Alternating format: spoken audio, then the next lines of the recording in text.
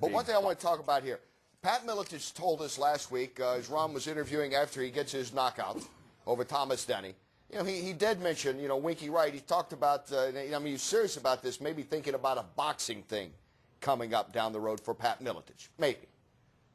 Boxing, overall MMA. Andre, you're training with Roach, and you mentioned some others that you've been working on, your stand-up with the boxing and things. I mean, isn't it kind of basic striking? I mean, if you're a good boxer, you're a good boxer. If you're an MMA guy or a good boxer? I think it's a different. Boxing is boxing, MMA, and MMA have to prepare like low kick, leg kicks, I don't know, submissions, like takedowns, wrestling. Boxing is boxing. Usually in boxing, it's like just De La Hoya fought Pacquiao.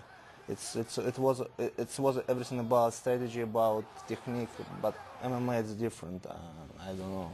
Different stance, distance, everything. Of course, yeah. Of course. Levels, everything. I mean, it's And how many guys you think out there right now, Frank, are really good boxers? I mean, there's a lot of guys swinging, but how many? Andre Arlovsky is one of the best boxers. We got this guy and you know, a couple other guys. The weakness in MMA is the punching, frankly, and it's been that way since 1999. We've been telling everybody that the sport needs to get to striking, and the fastest way to damage somebody is punch them in the brain. Your brain can't handle it. Your brain shuts off. It's the easiest way to mash somebody, but it's the hardest and you know, most finite sport to learn. It's a consistent timing sport, and unlike grappling, which is very natural and very organic, your brain knows it's not supposed to get hit, and you have to retrain your brain, you have to retrain your body, you have to retrain your hands, and like I said, it's a finite sport that happens in a 12-inch box.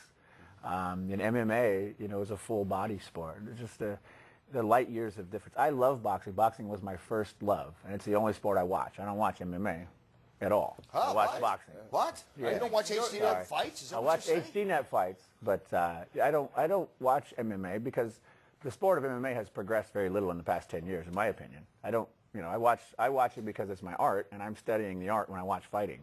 But you know, the art has ebbed and flowed, but you know, we should be much further along, in my opinion, in MMA, in the art of fighting. We should be much further along. Yeah, there's still fighters who you know, have only one strength. Yeah. But I want to talk about your striking. Your boxing got really good.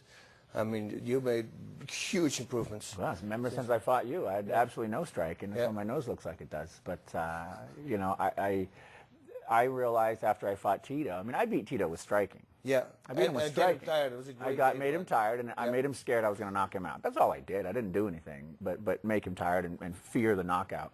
You know, that was my strategy 10 years ago. Now it's, you know, I have enough skill to where to get through my hands is devastating, and you got to take a lot of damage to do that. But I just realized it's the easiest way to hurt somebody. Punch them in the brain. That's it. You know, turn the switch, and then what are you going to do? Gilbert, what about all this?